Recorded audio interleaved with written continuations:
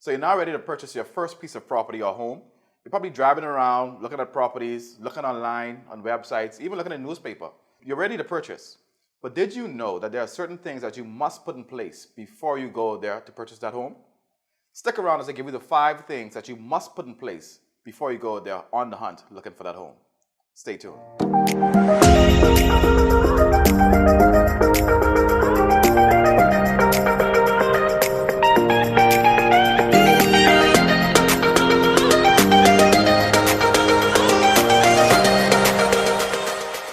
Welcome to episode 2. Wow, we made it, episode 2. Welcome to episode 2 of Perez's Real Estate. But before we move forward, you know the drill. If you're on Facebook, I want you to like this page. If you're on YouTube, I want you to subscribe. If you're on Instagram, I want you to follow this page. And if you're on LinkedIn, I want you to connect with me. Thank you again for the comments that you've been placing on these social media platforms. I'll do my best to answer them as quickly as possible. All right, and if you have any questions, please bring your questions in. I'll try to do my best to answer them as quickly as possible. But I'm going to jump straight into this topic that I know all too well. So the 5 things that you must put in place. What happens is a lot of persons, they wake up one day, they feel as if buying a piece of property is like buying a car. They go in a car a lot, they say, hey, I want, no. There's some things you have to put in place first to make sure that the transaction goes as smoothly as possible. You don't want to run into a brick wall or to cause a delay or miss out on an opportunity that you could have gotten because you didn't do what you're supposed to do. So I want to help you, give you a little bit of advice on what to do to make sure that you are ready to purchase that piece of property or that home that you're ready to buy. First things first, you want to get pre-qualified. I want to preach this so much. Get pre-qualified. What happens is this saves you the hassle of rushing around if you find something. What happens is persons, they go there, they drive around or they look in the newspaper. They find something, they like it. Now the thing is they have to put in an offer. Okay?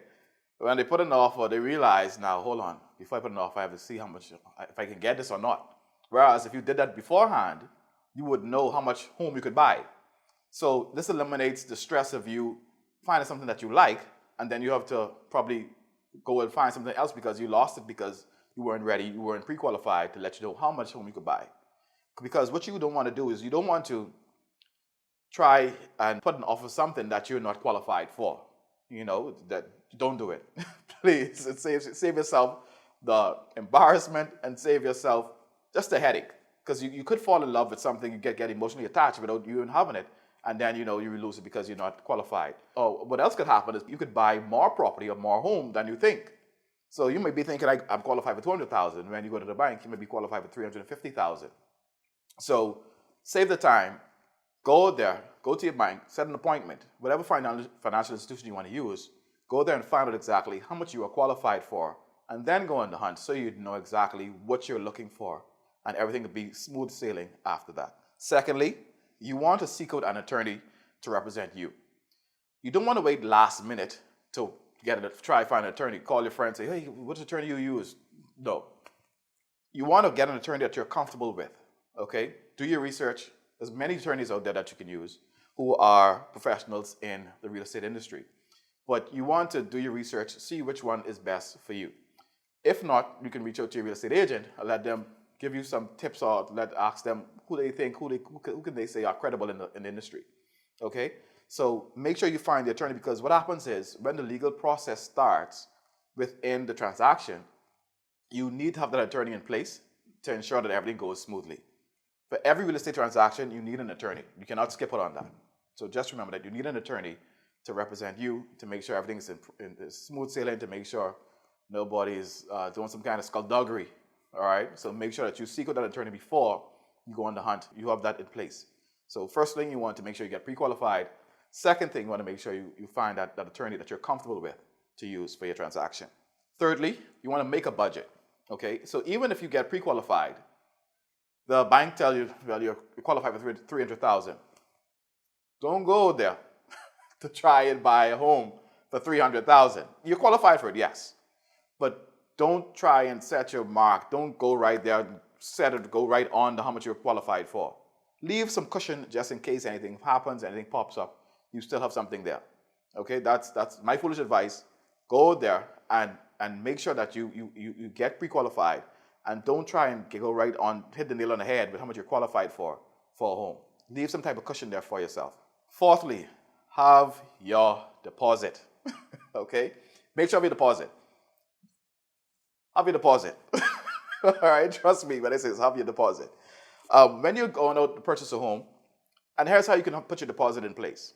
Once you go there and you get pre-qualified from your bank, set aside 5 to 10% of how much you were pre-qualified for. Set that aside to make sure that you have this on hand in case you find something. You have something to let them know that you're ready to purchase this home. Don't wait until you find something to try and scrap up the funds to say, I want this, I want to get this. Because what's going to happen is, if it's on the market, there's other persons looking too. You can't lose it very quickly. Because once somebody puts in an offer, it's been accepted, and they put down the deposit, that's it, you lose it. So make sure that you have your funds in place so that when you find something that you like, you can go there and say, hey, you put in the offer, it's got accepted, you have a deposit to go in with your offer to your attorney, you're good to go. So make sure that you have a deposit in place so when you're ready to go ahead, there's no distractions, not you rushing around trying to find funds, trying to borrow, whatever. Make sure you have your deposit in place. I stress this a lot. Have your deposit. And fifthly, have an additional funds for closing costs. A lot of persons forget this part of the transaction. Closing costs includes insurance and different little knickknacks that will happen at the end when you're about to the home. So you don't want to exhaust all of your funds. Make sure you have something left for little closing costs that you may have, HOAs and different stuff. Like I say, your real estate agent can advise you on how much to put aside for your closing costs. So I just want to recap right quick on what to do before you go there on the hunt for that home that you're looking for. First things first, get pre-qualified, please. All right? It saves everybody time, and it saves everybody, like I say, it saves everybody time. The buyer, you, and the seller, okay? Get pre-qualified at whatever financial institution you'll be using. Secondly, seek out an attorney to represent you. What this does is it makes it so much easier for when you find something that you like, you call your attorney, you let your real estate agent, they find it for you, you like it, the attorney gets in play now, everything moves so much smoothly when you have an attorney in place. You don't have to rush around, asking everybody, who to use? Make it much more smoother for you and for everybody else. Find your attorney.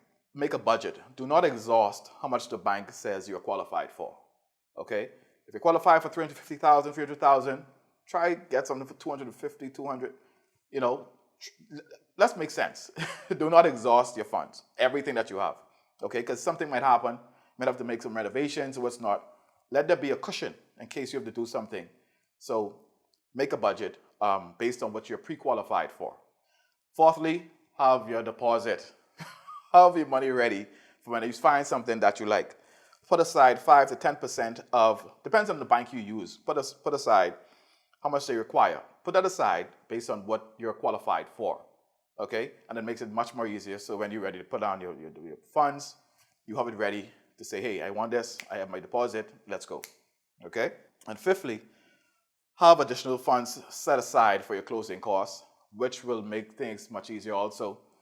In the end, you can't sit back and say, hey, that's it, I get my house, but you find out you have to pay insurance, you have to pay HOA if you're in a gated community, what's not. So have these things in place for when you are on the hunt for home.